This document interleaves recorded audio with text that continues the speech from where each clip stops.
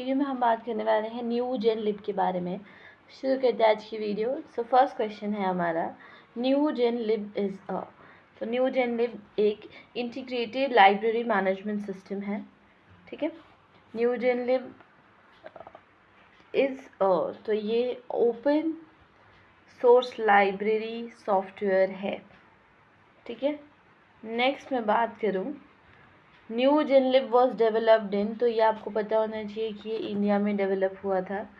इसके अलावा इनके किसके द्वारा डेवलप किया गया था, तो ये वर्सेस सोल्यूशन प्राइवेट लिमिटेड, ये हैदराबाद में है, इनके द्वारा ये डेवलप किया गया था, ठीक है। और इसे फर्स्ट टाइम रिलीज़ कब किया गया था, लॉन्च किया गया था इसे 2005 में।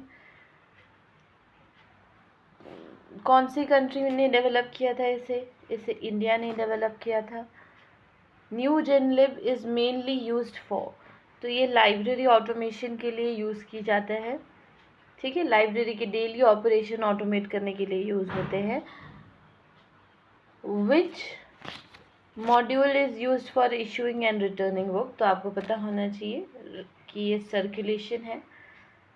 सर्कुलेशन मॉड्यूल इशू रिटर्न और रिन्यूएबल मैनेज करता है। नेक्स्ट है, which module manages book purchase, right answer है इसका ए, एक्विजिशन। एक्विजिशन मॉड्यूल में ऑर्डर और वेंडर का मैनेजमेंट होता है। Next, which module is used for cataloguing, cataloguing के लिए option B, bibliographic records cataloguing module बनाता है। नेक्स्ट है न्यू जेनलिब सपोर्ट, तो ये सभी को सपोर्ट करता है इसमें से, मार्क 21, AACR2, Z39.50, सभी को ये सपोर्ट करता है। Which protocol is used to copy cataloguing in new जेनलिब, तो राइट आंसर है इसका Z39.50। ये दूसरी लाइब्रेरीज के रिकॉर्ड को इम्पोर्ट करता है या इसके द्वारा इम्पोर्ट किया जा सकता है।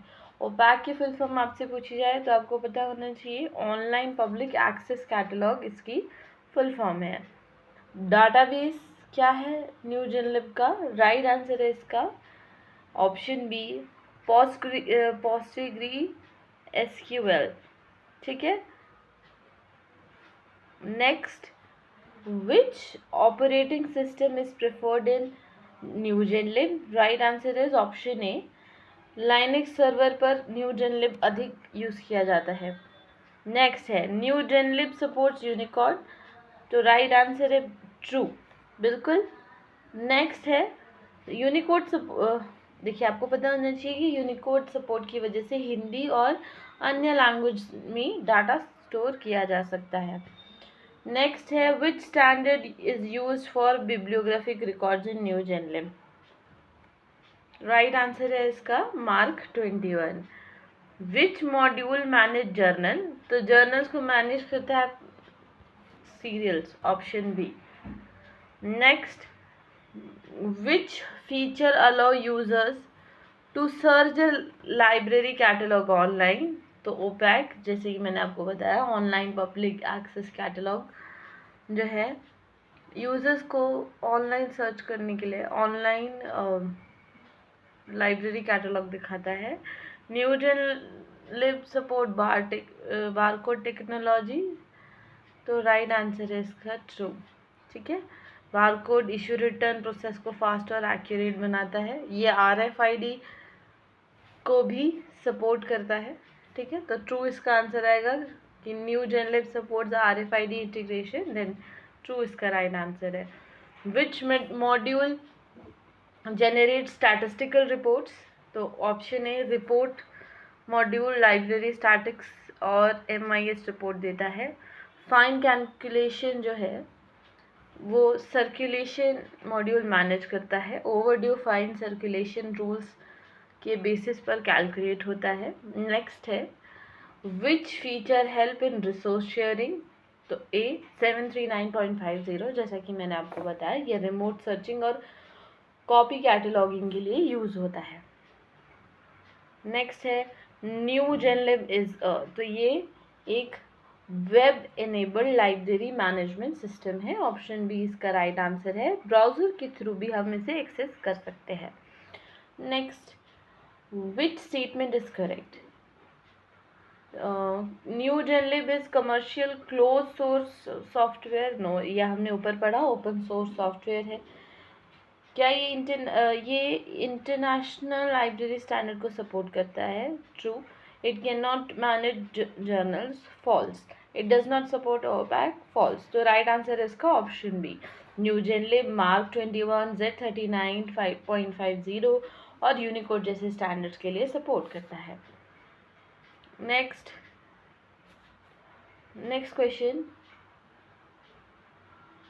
which activity benefit from Z39.50 new GenLib? Right answer है इसका option B, copy catalog. Existing MARC records import करके कैटलॉगिंग फास्ट होती है। नेक्स्ट है, which of the following is not a module in new जेनलिब? तो सर्कुलेशन, कैटलॉगिंग, एक्विजिशन तीनों तो है ही है, लेकिन फोटोशॉप नहीं है। ठीक है, तो राइट आंसर इसका डी होगा। New GenLib is best known for, right answer is option A, library automation.